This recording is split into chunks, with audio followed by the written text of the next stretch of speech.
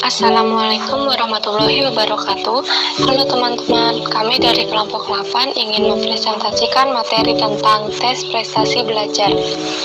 Yang kami hormati, dosen pengampu mata kuliah kami yaitu Ibu Maria Uktasari MPD dan teman-teman semua. Selanjutnya kami akan memperkenalkan anggota kelompok kami terlebih dahulu.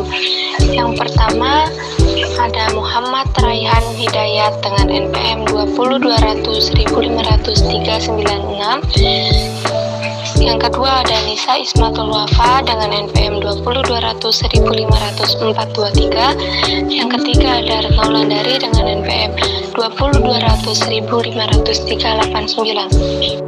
Pengertian tes prestasi belajar. Tes prestasi belajar merupakan alat pengukuran hasil belajar siswa. Seperti yang kita ketahui, proses pembelajaran adalah kegiatan yang berkesinambungan, yang dilakukan secara sistematis dan berlangsung dalam tingkatan waktu dan kemampuan yang berbeda. Oleh karena itu, maka pada setiap tingkatan kita harus mengetahui taraf kemampuan siswa. Untuk hal itu, maka tes prestasi belajar merupakan cara efektif untuk mengetahuinya. Sebagai salah satu alat ukur dalam bidang pendidikan, tes merupakan alat untuk menafsir tingkat kemampuan seseorang secara tidak langsung, melalui respon yang diberikan atas soal-soal yang terdapat dalam tes. Hasil tes kemudian bisa digunakan untuk memantau perkembangan mutu pendidikan. Tujuan tes prestasi belajar. Tes prestasi belajar bertujuan untuk mengukur prestasi atau hal yang dicapai siswa dalam belajar. Dalam pendidikan formal, pentingnya tes prestasi tidak dapat diasingkan lagi. Fungsi utama tes prestasi untuk mengukur prestasi belajar siswa. Tujuannya sebagai ukuran kemampuan belajar atau inteligensi akademik. Tes ini digunakan untuk mengukur apa yang telah dipelajari individu di madrasah atau mata pelajaran lainnya. Tes prestasi belajar juga digunakan untuk 1. Memperoleh umpan balik terhadap hasil pembelajaran. 2. Memperbaiki kurikulum dan program pendidikan. 3. Meningkatkan motivasi siswa. Jenis pengukuran hasil belajar. Yang pertama ada data nominal. Data nominal yaitu hasil pengukuran menggunakan simbol angka. Namun, angka tidak menyatakan peringkat saja, tetapi hanya klasifikasi saja. Misal, wanita diberi kode angka 1, sedangkan pria diberi angka 0. Angka 1 dan 0 tidak menyatakan peringkat, tetapi hanya klasifikasi saja. Yang kedua ada data ordinal. Data ordinal yaitu data yang menyatakan urutan saja. Urutannya berupa urutan dari atas ke bawah atau tertinggi dan terendah. Misalnya, prestasi belajar siswa A adalah 90, prestasi belajar B adalah 80, sedangkan C adalah 60. Bila diurutkan dari atas adalah siswa A, siswa B, siswa C, dan siswa D. Jarak prestasi belajar A dan B 1,0 tidak sama dengan jarak siswa B dan C, yaitu 2,0. Yang ketiga, ada data interval. Data interval yaitu data yang memiliki titik nol mutlak, tetapi jarak satu unit ke unit berikutnya adalah sama. Misalnya, jarak antara prestasi belajar 5 dengan 6 sama maknanya antara 6 dan 7, karena sama-sama 1.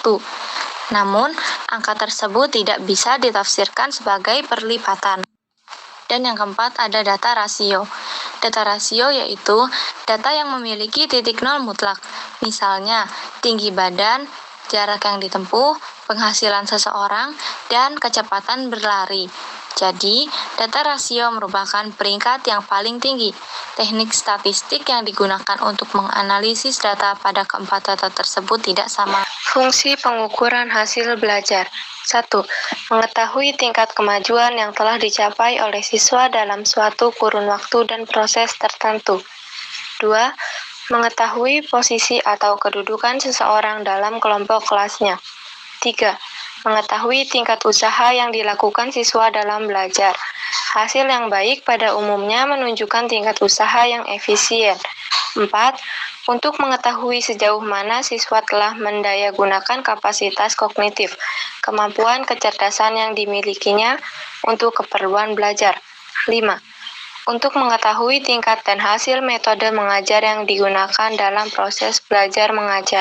Penggunaan hasil tes prestasi belajar dalam bimbingan dan konseling berguna untuk klasifikasi individu ke dalam bidang atau jurusan, melihat sejauh mana kemampuan belajar yang telah dicapai oleh siswa dalam suatu program pendidikan, mendiagnosis kesukaran-kesukaran dalam belajar, mendeteksi kelemahan-kelemahan siswa yang dapat diperbaiki segera, memperoleh informasi mengenai penguasaan pelajaran yang telah direncanakan sebelumnya dalam suatu program pelajaran.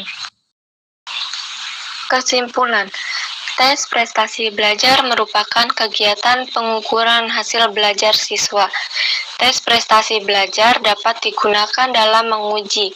Selain itu, dengan tes prestasi belajar, maka guru dapat mengevaluasi program pembelajaran yang sudah disusun dan selanjutnya menjadikan hal tersebut sebagai acuan untuk proses penyelenggaraan pembelajaran selanjutnya. Jadi, tes dapat berguna untuk mendeskripsikan kemampuan belajar siswa, mengetahui tingkat keberhasilan dari pembelajaran, menentukan tindak lanjut hasil penilaian, dan memberikan pertanggungjawaban yang bertujuan untuk mengukur prestasi atau hal yang dicapai siswa dalam belajar. Sekian presentasi dari kelompok kami, kurang lebihnya mohon maaf. Wassalamualaikum warahmatullahi wabarakatuh.